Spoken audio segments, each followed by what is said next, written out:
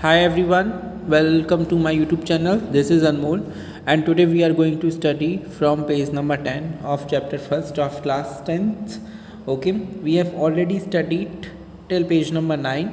Okay, हमने page number 9 तक already study कर लिया था इकोनॉमिक्स में. अब हम लोग एक बार रिवाइज ले लेते हैं, रिकैप ले लेते हैं कि हमने अभी तक क्या क्या पढ़ा था. अभी तक हमने पढ़ा था कि डिफरेंट पर्सन के डिफरेंट डेवलपमेंट गोल्स होते हैं. जो हो सकता है कि कोई चीज़ किसी के लिए डेवलपमेंट हो, वो दूसरे के लिए डिस्ट्रक्टिव हो, यानी बेकार हो, विनाशकारी हो.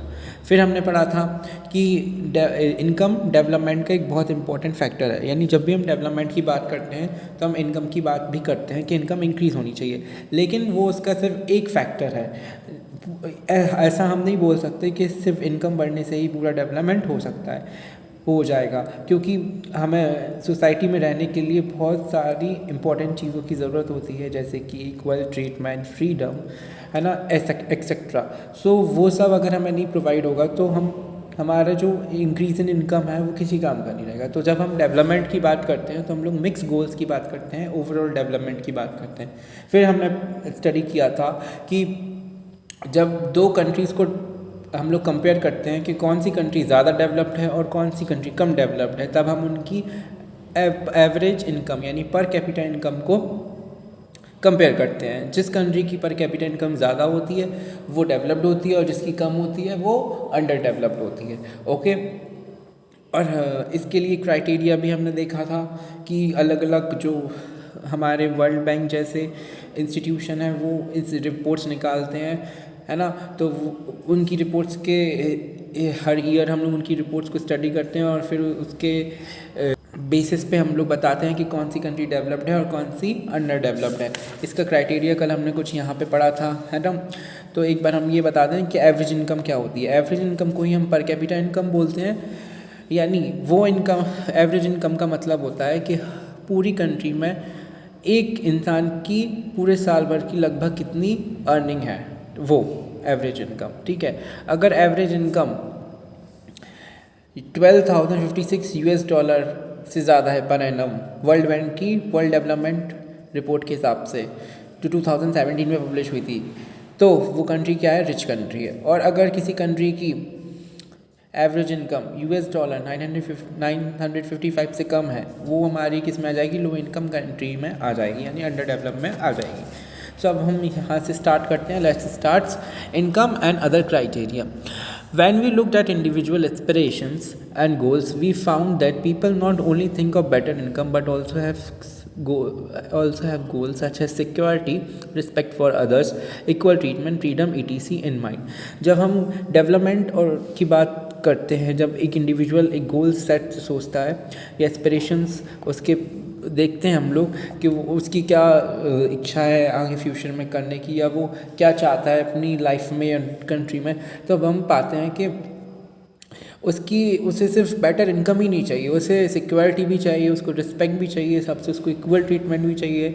तो कहीं ना कहीं उसको इनकम के अलावा बहुत सारी चीज़ें चाहिए. Similarly, when we think of nation or a region, we may beside average income think of other equally important attributes.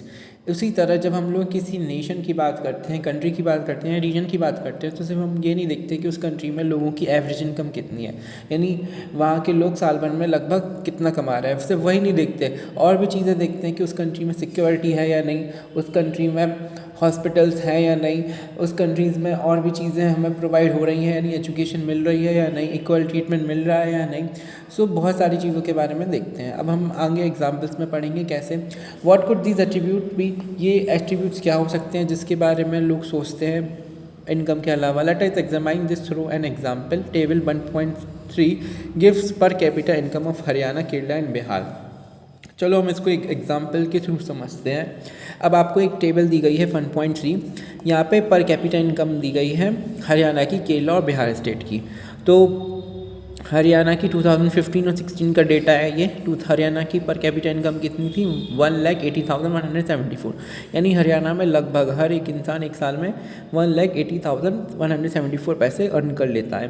Kerala में एक इंसान लगभग साल में 1,63,475 अर्न कर लेता है. बिहार में बहुत कम है, 34,409 रुपीज़ ही अर्न कर पाता है. तो अब हम आगे देखते हैं। Actually these figures are of per capita net state domestic product at current prices for 2016-17। ये जो है ये हमारे जो आप देख रहे हैं ये फिगर्स दिए गए हैं, ये पर capita net state domestic product के करंट प्राइसेस के बेस्ड पर है। Let us ignore what this complicated term exactly means. अभी जो हमने ये इतना बड़ा टर्म पढ़ा है इसको छोड़ दीजिए, आप बस रफली समझ लीजिए कि ये अभी जो मैंने आपको हिंदी में बताया था ना कि हरियाणा की ये पर कैपिटा इनकम है, यानी हरियाणा में लगभग एक इंसान पूरे साल भर में इतना कमा लेता है, तो उस वही याद रखिए बस।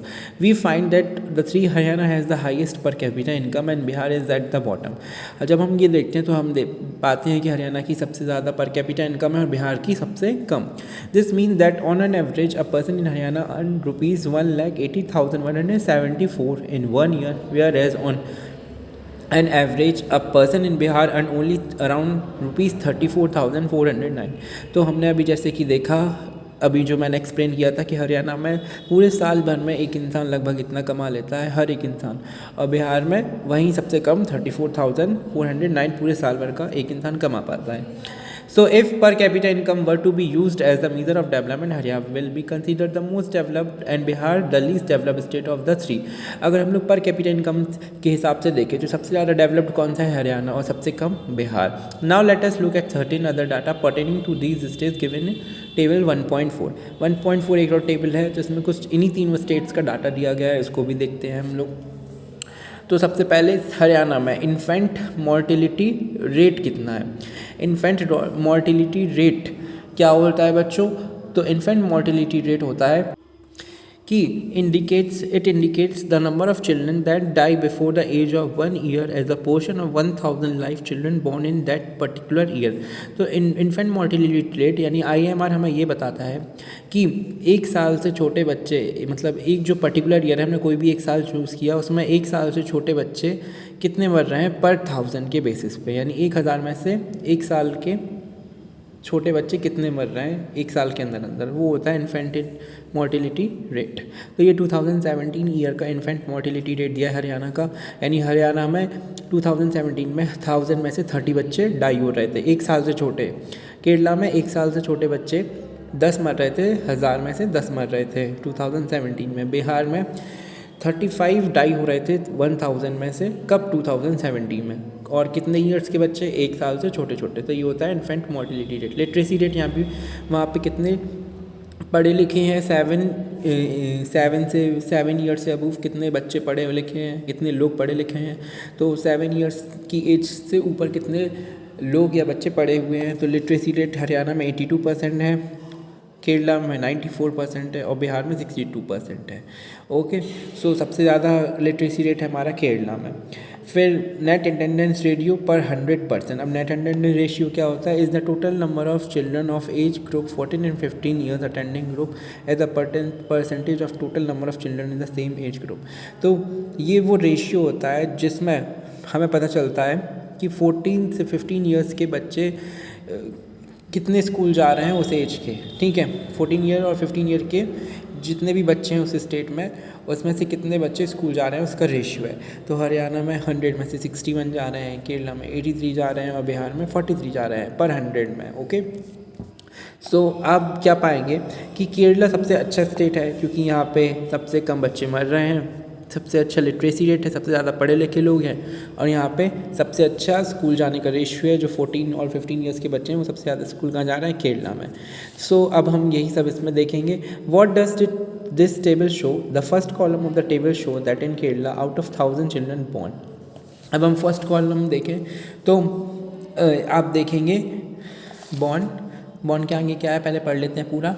10 die before completing 1 year of age, but in Haryana the portion of children dying within 1 year of birth was 30, which is 2 times more than that of Kerala. On the other hand, the per capita income of Haryana is more than that of Kerala as shown in table 1.3.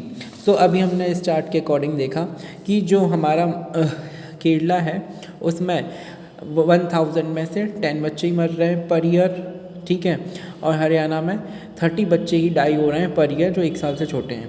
तो सबसे कम किस में हो रहे हैं? 10। लेकिन अगर हम देखें तो हरियाणा का पर कैपिटा इनकम ज़्यादा अच्छा है, ठीक है, अभी हमने देखा था। फिर हम आगे पढ़ते हैं। Just think of how dear you are to your parents. Think how everyone is so happy when a child is born. Now try to think of parents whose children die before they celebrate their first birthday. How painful it must be these parents. अब आप सोचिए कि आप समझ सकते हैं कि आपके पेरेंट्स आपसे बहुत ज़्यादा प्यार करते हैं, तो जब किसी फैमिली में किसी चाइल्ड का बर्थ होता है तो वहाँ पे कितनी ज़्यादा खुशियाँ आ जाती हैं, लेकिन जब वहाँ पे कोई चाइल्ड अपना फर्स्ट बर्थडे भी ना मना पाए और 1 साल से पहले ही डाइड हो जाए, यानी उसकी डेथ हो जाए, तो वो कितना दर्दनाक होता है, कितना पेनफुल होता है एक पेरेंट्स के लिए.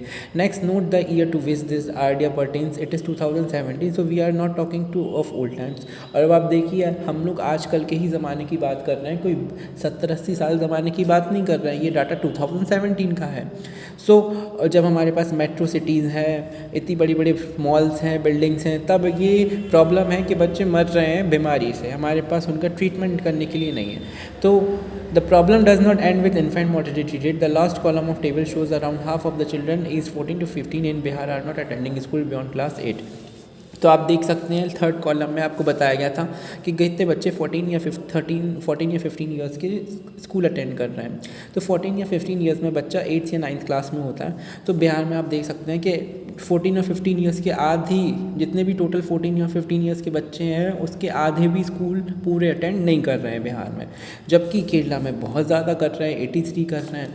सो this means that if you went to school in Bihar, nearly half of your elementary class would be missing. Those who are going to have been in school are not there. If this happened to you, you would not be able to read what you are reading now.